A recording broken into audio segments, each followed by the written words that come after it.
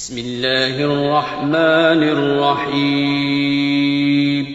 شروع اللہ کا نام لے کر جو بڑا مہربان نہایت رحم والا ہے۔ السلام علیکم ورحمۃ اللہ وبرکاتہ۔ الحمد للہ رب العالمین والصلاة والسلام علی النبی الکریم وعلی آلہ واصحابہ اجمعین، اما بعد۔ آج میری گفتگو کا موضوع ہے نماز جمعہ کے لیے سویرے مسجد پہنچنا۔ حضور اکرم صلی اللہ علیہ وسلم نے نماز جمعہ کے لیے حتی الامکان سویرے مسجد جانے کی ترغیب دی ہے، لہذا اگر ہم زیادہ جلدی نہ جا سکیں تو کم از کم خطبہ شروع ہونے سے کچھ وقت قبل ہمیں ضرور مسجد پہنچ جانا چاہیے، کیونکہ خطبہ جمعہ شروع ہونے کے بعد مسجد پہنچنے والوں کی نماز جمعہ تو ادا ہو جاتی ہے، مگر نماز جمعہ کی کوئی فضیلت ان کو حاصل نہیں ہوتی ہے، اور نہ ان کا نام فرشتوں کے رجسٹر میں درج کیا جاتا ہے، جیسے کہ رسول اللہ صلی اللہ علیہ وسلم نے ارشاد فرمایا، جب جمعہ کا دن ہوتا ہے تو فرشتے مسجد کے ہر دروازے پر کھڑے ہو جاتے ہیں، پہلے آنے والے کا نام پہلے، اس کے بعد آنے والے کا نام اس کے بعد لکھتے ہیں۔ اس طرح آنے والوں کے نام ان کے نام کی ترتیب سے لکھے جاتے ہیں۔ جب امام خطبہ دینے کے لیے آتا ہے تو فرشتے اپنے رجسٹر جن میں آنے والوں کے نام لکھے گئے ہیں لپیٹ دیتے ہیں اور خطبہ سننے میں مشغول ہو جاتے ہیں۔ اسی طرح حضور اکرم صلی اللہ علیہ وسلم نے ارشاد فرمایا، جو شخص جمعہ کے دن جنابت کے غسل کی طرح غسل کرتا ہے، یعنی اہتمام کے ساتھ، پھر پہلی فرصت میں مسجد جاتا ہے تو گویا اس نے اللہ کی خوشنودی کے لیے اونٹنی قربان کی۔ جو دوسری فرصت میں جاتا ہے گویا اس نے گائے قربان کی۔ جو تیسری فرصت میں مسجد جاتا ہے گویا اس نے میڑھا قربان کیا۔ جو چوتھی فرصت میں جاتا ہے گویا اس نے مرغی قربان کی۔ جو پانچویں فرصت میں جاتا ہے گویا اس نے انڈے سے اللہ کی خوشنودی حاصل کی۔ پھر جب امام خطبے کے لیے نکل آتا ہے تو فرشتے خطبے میں شریک ہو کر خطبہ سننے لگتے ہیں۔ یہ گھڑی اور فرصت کس وقت شروع ہوتی ہے؟ علماء کی آراء مختلف ہے، مگر سب کا خلاصہ کلام یہ ہے کہ ہمیں حتی الامکان نماز جمعہ کے لیے سویرے مسجد پہنچنا چاہیے۔ مسجد پہنچ کر جتنی توفیق کو نماز پڑھ لیں، خطبہ شروع ہونے تک قرآن کریم کی تلاوت یا ذکر یا دعاؤں میں مشغول رہیں، پھر خطبہ سنیں۔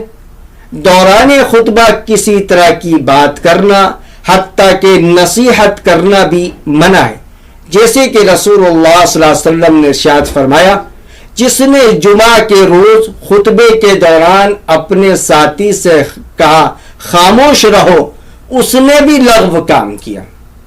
رسول اللہ صلی اللہ علیہ وسلم نے ارشاد فرمایا، جس شخص نے کنکریوں کو ہاتھ لگایا یعنی دوران خطبہ ان سے کھیلتا رہا، یعنی ہاتھ، چٹائی، کپڑے وغیرہ سے کھیلتا رہا، تو اس نے فضول کام کیا اور اس کی وجہ سے جمعے کا خاص ثواب کم کر دیا گیا۔ حضرت عبداللہ بن بصر رضی اللہ تعالیٰ عنہ فرماتے ہیں کہ میں جمعہ کے دن منبر کے قریب بیٹھا ہوا تھا، ایک شخص لوگوں کی گردن کو پھلانگتا ہوا آیا اور رسول اللہ صلی اللہ علیہ وسلم خطبہ دے رہے تھے۔ آپ صلی اللہ علیہ وسلم نے ارشاد فرمایا، بیٹھ جا، تو نے تکلیف دی اور تاخیر کی۔ معلوم ہوا جب امام خطبہ دے رہا ہو تو لوگوں کی گردنوں کو پھلانگ کر آگے جانا منع ہے، بلکہ پیچھے جہاں جگہ مل جائے وہیں بیٹھ جانا چاہیے۔ بغور سماعت فرمائیں، حضور اکرم صلی اللہ علیہ وسلم کے اس فرمان کی روشنی میں، اس عمل کی روشنی میں واضح طور پر معلوم ہوا کہ جب امام خطبہ دے رہا ہو تو لوگوں کی گردنوں کو پھلانگ کر آگے جانا منع ہے، بلکہ پیچھے جگہ جہاں مل جائے وہیں بیٹھ جانا چاہیے۔ حضور اکرم صلی اللہ علیہ وسلم نے ارشاد فرمایا، جو شخص جمعے کے دن غسل کرتا ہے، جتنا ہو سکے پاکی کا اہتمام کرتا ہے اور تیل لگاتا ہے یا اپنے گھر سے خوشبو استعمال کرتا ہے، پھر مسجد جاتا ہے، مسجد پہنچ کر جو دو آدمی پہلے سے بیٹھے ہوئے ہوں ان کے درمیان میں نہیں بیٹھتا، اور جتنی توفیق ہو خطبہ جمعہ سے پہلے نماز پڑھتا ہے، اور جتنی توفیق ہو خطبہ جمعہ سے پہلے نماز پڑھتا ہے۔ نبی پاک صلی اللہ علیہ وسلم کا یہ ارشاد احادیث کی مستند کتابوں کے اندر موجود ہے کہ جتنی توفیق ہو خطبہ جمعہ سے پہلے نماز پڑھتا ہے، پھر جب امام خطبہ دیتا ہے اس کو توجہ اور خاموشی سے سنتا ہے، تو اس جمعے سے گزشتہ جمعے کے چھوٹے چھوٹے گناہوں کو معاف کر دیا جاتا ہے۔ اسی طرح نبی پاک صلی اللہ علیہ وسلم فرمایا، جس نے جمعہ کے دن غسل کیا، پھر مسجد میں آیا اور جتنی نماز اس کے مقدر میں تھی ادا کی خطبہ جمعہ سے پہلے، پھر خطبہ ہونے تک خاموش رہا اور امام کے ساتھ فرض نماز ادا کی، اس کے اس جمعہ سے جمعے تک اور مزید 3 دن کے چھوٹے گناہ بخش دیے جاتے ہیں۔ حضور اکرم صلی اللہ علیہ وسلم نے ارشاد فرمایا، جو شخص جمعے کے دن غسل کرتا ہے، اگر خوشبو ہو تو اسے بھی استعمال کرتا ہے، اچھے کپڑے پہنتا ہے، اس کے بعد مسجد جاتا ہے، پھر مسجد آ کر اگر موقع ہو تو نفل نماز پڑھ لیتا ہے، کسی کو تکلیف نہیں پہنچاتا، پھر جب امام خطبہ دینے کے لیے آتا ہے اس وقت سے نماز ہونے تک خاموش رہتا ہے، یعنی کوئی بات چیت نہیں کرتا، تو یہ اعمال اس جمعہ سے گزشتہ جمعے تک کے چھوٹے گناہوں کی معافی کا ذریعہ ہو جاتا ہے۔